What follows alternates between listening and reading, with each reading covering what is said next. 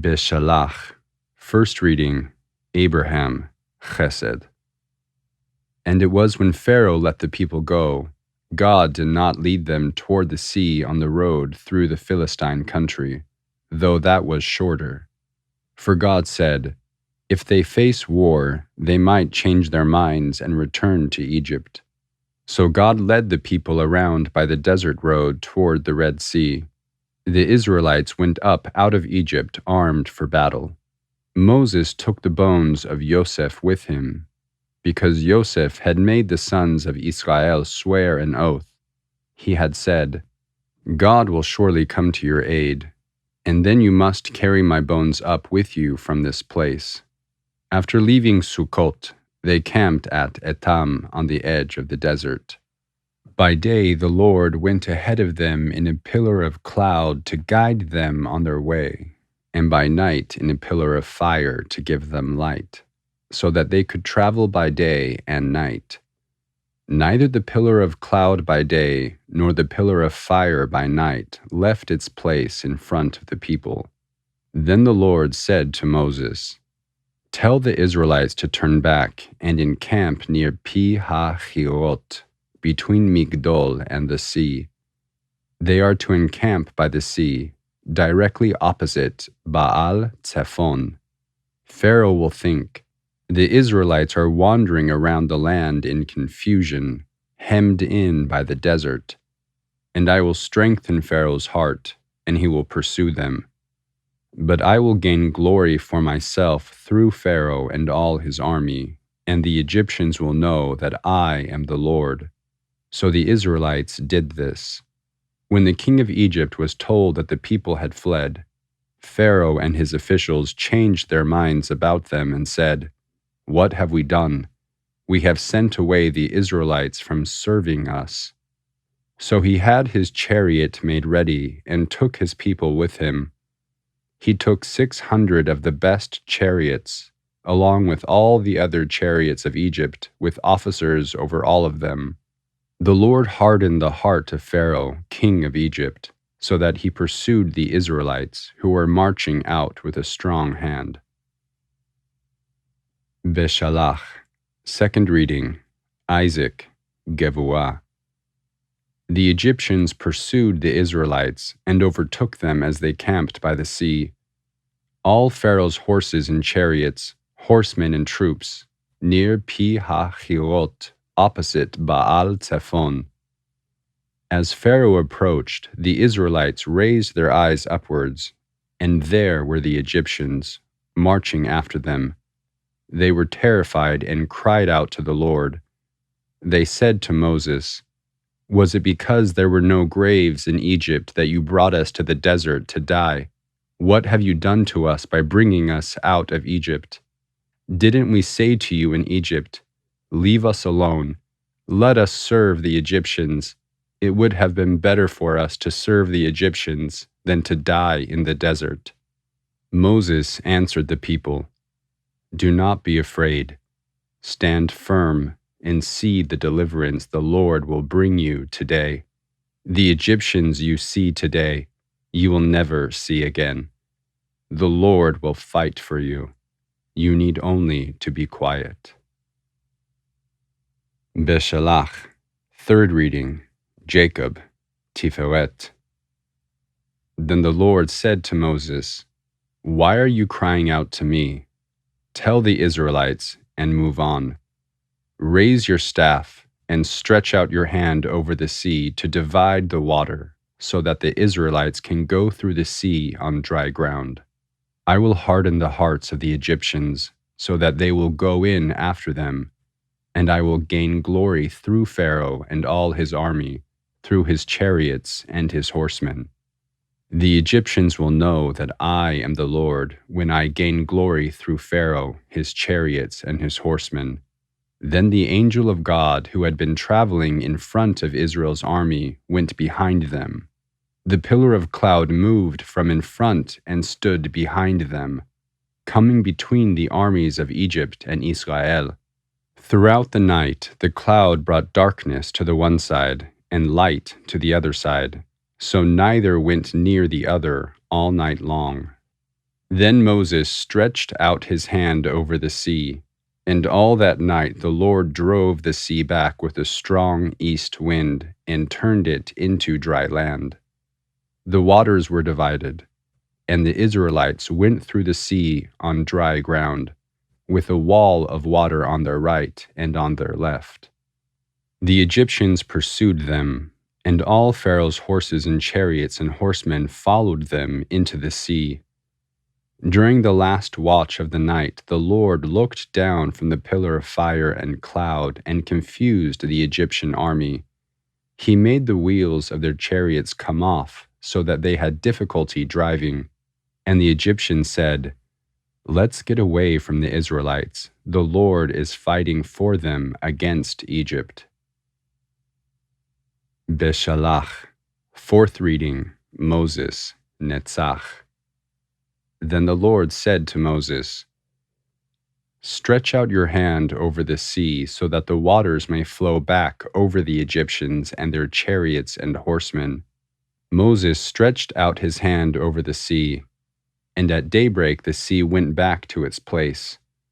The Egyptians were fleeing toward it, and the Lord tossed them in the sea. The water flowed back and covered the chariots and horsemen, the entire army of Pharaoh that had followed the Israelites into the sea. Not one of them survived. But the Israelites went through the sea on dry ground, with a wall of water on their right and on their left. That day the Lord saved Israel from the hands of the Egyptians, and Israel saw the Egyptians lying dead on the shore. And when the Israelites saw the great hand of the Lord displayed against the Egyptians, the people feared the Lord and put their trust in him and in Moses his servant. Then Moses and the Israelites will sing this song to the Lord. "I will sing to the Lord, for he is highly exalted. The horse and its rider he has hurled into the sea. The Lord is my strength and my song. He has become my salvation. He is my God, and I will praise him, my father's God, and I will exalt him. The Lord is a warrior. The Lord is his name. Pharaoh's chariots and his army he has hurled into the sea. The best of Pharaoh's officers are drowned in the Red Sea. The deep waters have covered them. They sank to the depths like a stone. Your right hand, Lord, was majestic in power. Your right hand, Lord, shattered the enemy. In the greatness of your majesty, you threw down those who opposed you. You unleashed your burning anger. It consumed them like stubble. By the blast of your nostrils, the waters piled up. The surging waters stood firm like a wall. The deep waters congealed in the heart of the sea. The enemy boasted, "I will pursue. I will overtake them. I will divide the spoils. I will gorge myself on them. I will draw my sword, and my hand will destroy them." But you blew with your breath, and the sea covered them. They sank like lead in the mighty waters. Who among the gods is like you, Lord? Who is like you, majestic in holiness, awesome in glory, working wonders? You stretched out your right hand, and the earth swallowed them. In your unfailing love, you will lead the people you have redeemed. In your strength, you will guide them to your holy dwelling. The nations will hear and tremble. Anguish will grip the people of Philistia. The chiefs of Edom will be terrified. The leaders of Moab will be seized with trembling. The people of Canaan will melt away. Terror and dread will fall upon them. By the power of your arm, they will be as still as a stone, until your people pass by, Lord, until the people you acquired pass by. You will bring them in and plant them on the mountain of your inheritance, the place, Lord, you made for your dwelling, the sanctuary, Lord, your hands established. The Lord will reign forever and ever. When Pharaoh's horses, chariots, and horsemen went into the sea, The Lord brought the waters of the sea back over them, but the Israelites walked through the sea on dry ground. Then Miriam, the prophetess, Aaron's sister, took a tambourine in her hand, and all the women followed her, with tambourines and dancing. Miriam sang to them, "Sing to the Lord, for he is highly exalted. The horse and its rider he has hurled into the sea." Then Moses led Israel from the Red Sea, and they went into the desert of Shur. For 3 days they traveled in the desert without finding water. When they came to Marah, they could not drink its water because it was bitter. That is why its name is Marah. So the people complained against Moses, saying, "What are we to drink?" Then Moses cried out to the Lord, and the Lord showed him a piece of wood. He threw it into the water, and the water became sweet. There the Lord made a decree and a law for them, and there he tested them.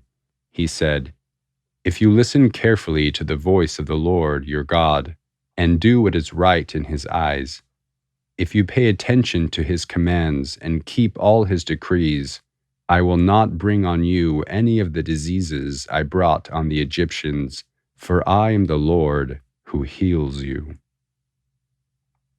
Beshalach, fifth reading, Aaron, Hod. Then they came to Elim, where there were 12 springs and 70 palm trees, and they camped there near the water.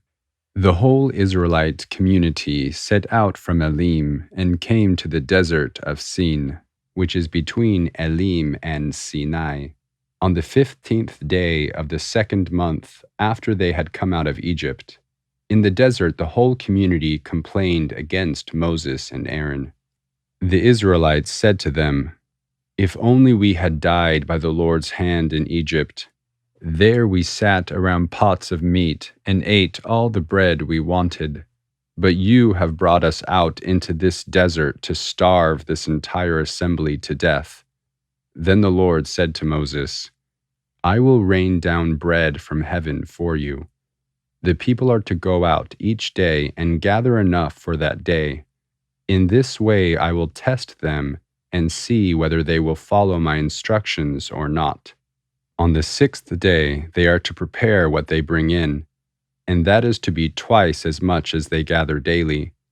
So Moses and Aaron said to all the Israelites, "In the evening you will know that it was the Lord who brought you out of Egypt, and in the morning you will see the glory of the Lord, because he has heard your complaining against him.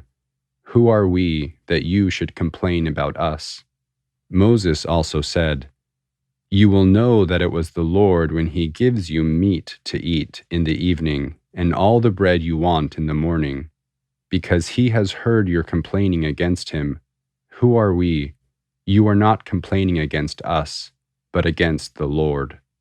Then Moses told Aaron, "Say to the entire Israelite community, 'Come before the Lord, for he has heard your complaining.'"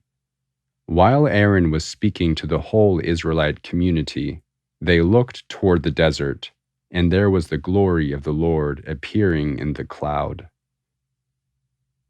Beshalach, sixth reading, Joseph, Yesod. The Lord said to Moses, "I have heard the complaining of the Israelites. Tell them, at twilight you will eat meat, and in the morning you will be filled with bread. Then you will know that I am the Lord your God."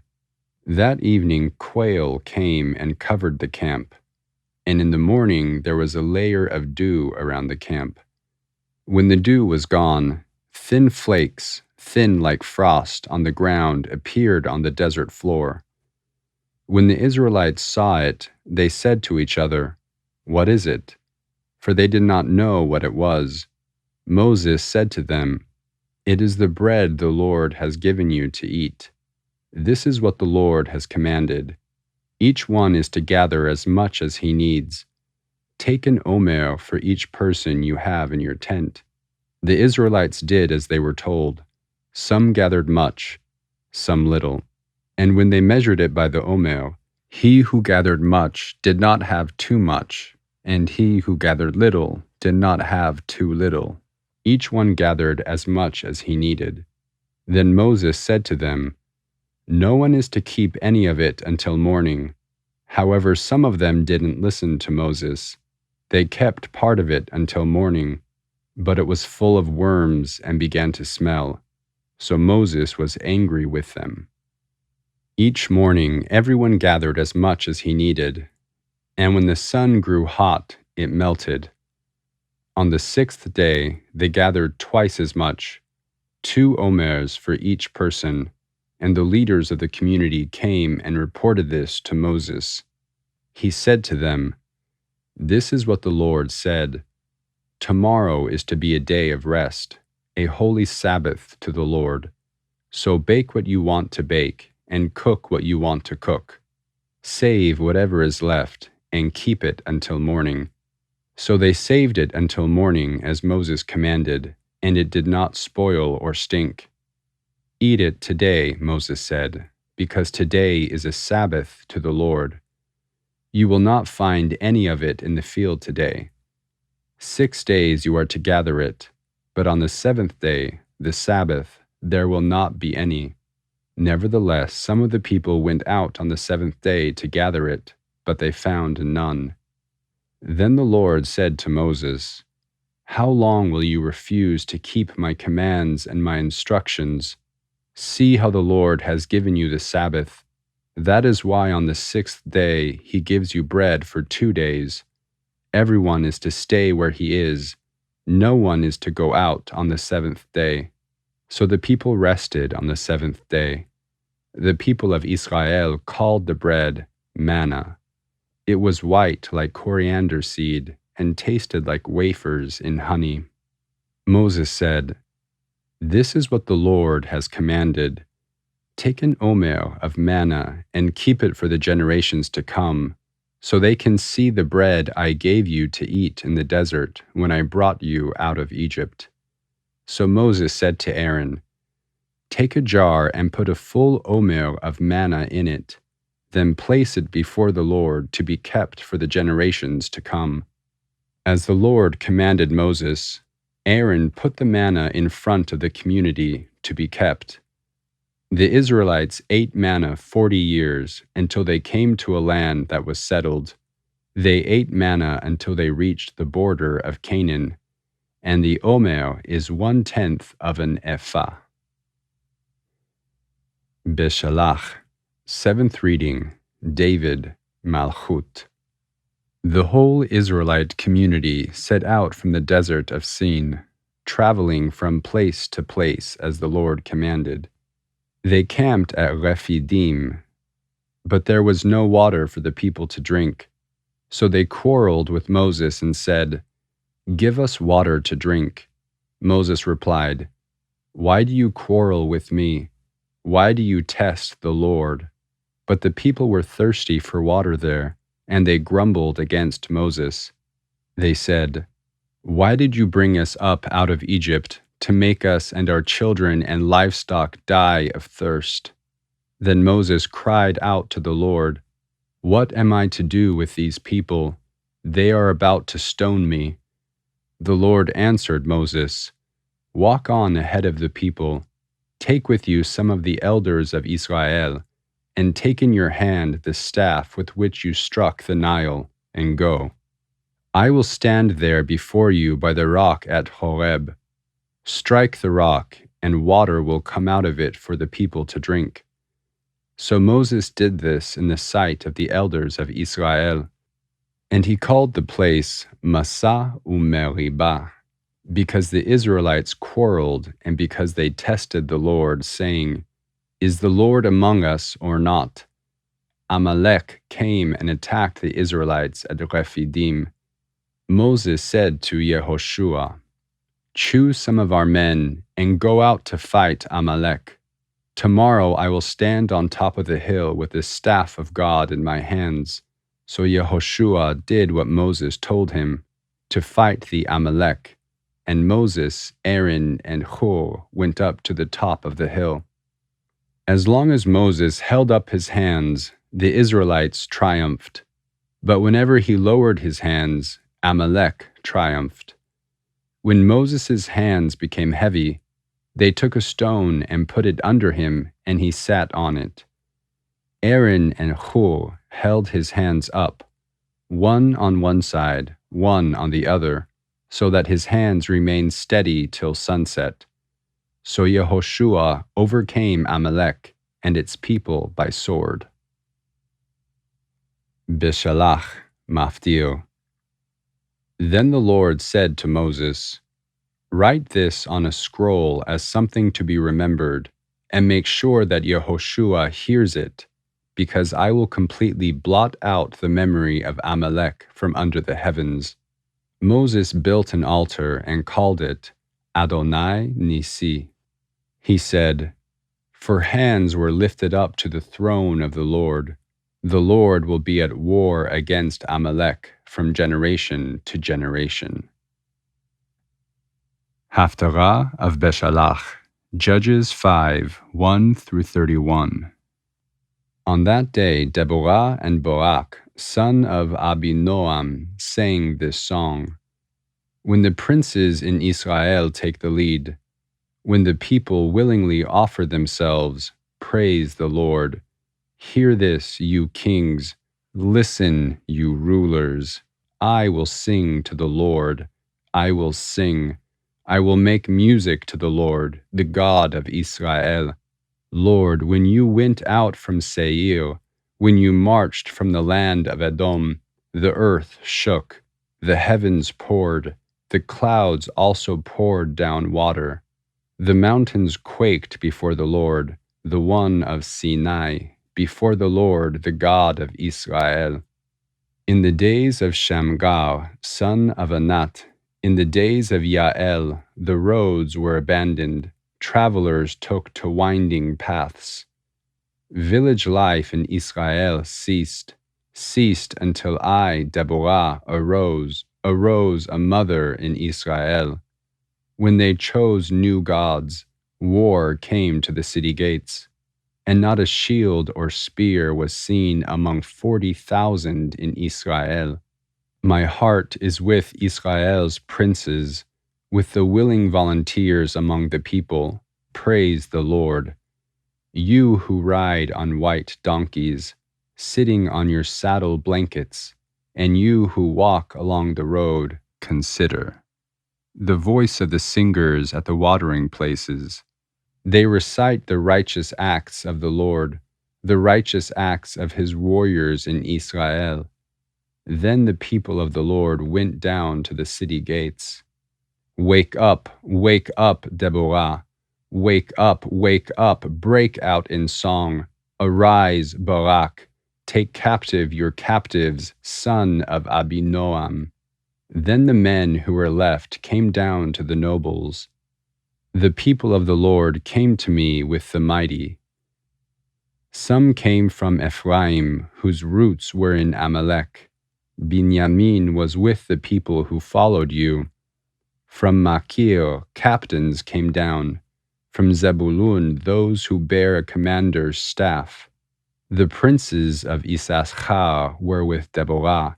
Yes, Issachar was with Barak, rushing after him into the valley. In the districts of Reuben there was much searching of heart. Why did you stay among the campfires to hear the whistling for the flocks? In the districts of Reuben there was much searching of heart. Gilad stayed beyond the Jordan. And Dan, why did he linger by the ships?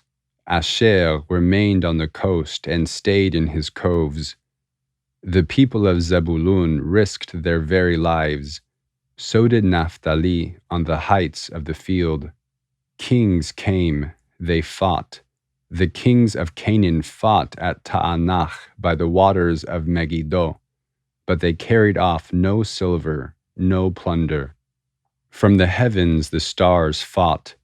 From their courses the stars fought against Sisera. The river Kishon swept them away. The age-old river, the river Kishon. March on, my soul, be strong. Then thundered the horses' hoofs, galloping, galloping go his mighty steeds. Curse Meroz, said the angel of the Lord. Curse its people bitterly, because they did not come to help the Lord against the mighty. Most blessed of women be Yael, the wife of Heber the Kenite. Most blessed of tent-dwelling women.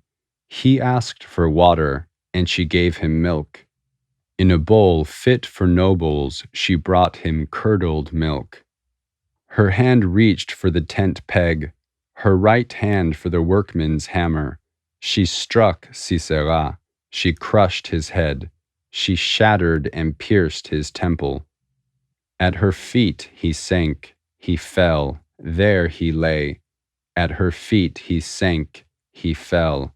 Where he sank, there he fell dead. Through the window peered Sisera's mother. Behind the lattice she cried out, "Why is his chariot so long in coming? Why is the clatter of his chariots delayed?" The wisest of her ladies answer her. Indeed, she keeps saying to herself, "Are they not finding and dividing the spoils? A girl or two for each man, colorful garments as plunder for Sisera, colorful garments embroidered, highly embroidered garments for my neck. All this as plunder. So may all your enemies perish, Lord. But may they who love you be like the sun when it rises in its strength." Then the land had peace 40 years.